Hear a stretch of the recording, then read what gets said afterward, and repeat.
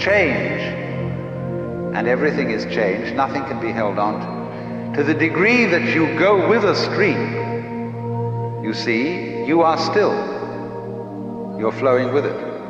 But to the degree you resist the stream, then you notice that the current is rushing past you and fighting you. So swim with it.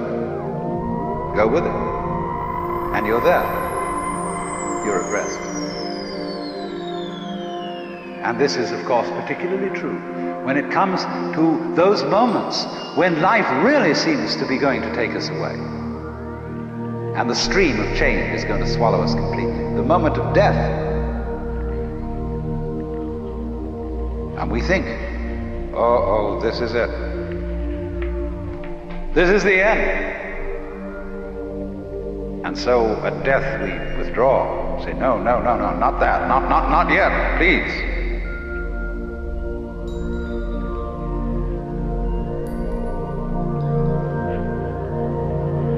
But actually, the whole problem is that there really is no other problem for human beings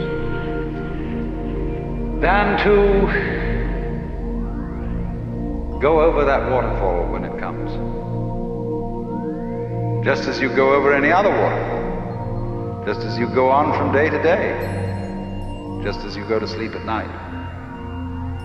Be absolutely willing to die. Now, I'm not preaching. I'm not saying you ought to be willing to die and that you should muscle up your courage and somehow put on a good front when the terrible thing comes. That's not the idea at all. The point is that you can only die well if you understand this system of waves. If you understand that your disappearance as the form in which you think you are you, your disappearance as this particular organism, is simply seasonal. That you are just as much the dark space beyond death as you are the light interval called life. These are just two sides of you. Because you is the total wave. See, you can't have half a wave.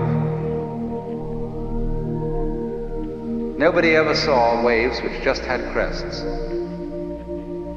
no troughs. So you can't have half a human being who is born but doesn't die. Half a thing. That would be only half a thing. But the propagation of vibrations, and life is vibration, it simply goes on and on, but its cycles are long cycles and short cycles. Space, you see, is not just nothing. If I could magnify my hand to an enormous degree so that you could see all the molecules in it, I don't know how far apart they would be, but it seems to me they would be something like tennis balls in a very, very large space. And you look, when I move my hand like this, and say, for God's sake, look at all those tennis balls. They're all going together. Crazy. And there are no strings tying them together.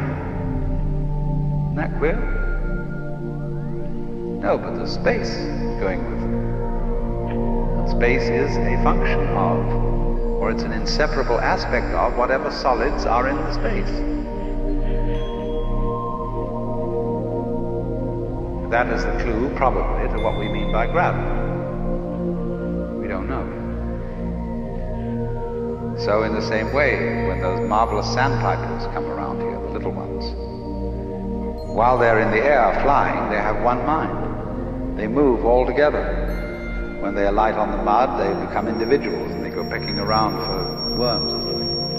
But one click of the fingers and all those things are zipped into the air. They don't seem to have a leader, because they don't follow when they turn. They all turn together and go off in another direction. Amazing. But they're like the molecules in my hand. So then, you see, here's the principle. When you don't resist change, I mean over-resist, I don't mean being flabby. When you don't resist change, you see that the changing world, which disappears like smoke, is no different from the nirvana world. Nirvana, as I said, means breathe out. Let go of the breath. So in the same way, don't resist change. It's all the same principle. So the Bodhisattva saves all beings, not by preaching sermons to them, but by showing them that they are delivered, they are liberated by the very fact of not being able to stop changing. You can't hang on to yourself. You don't have to try not to hang on to yourself. It can't be done, and that is salvation. Memento mori, be mindful of death.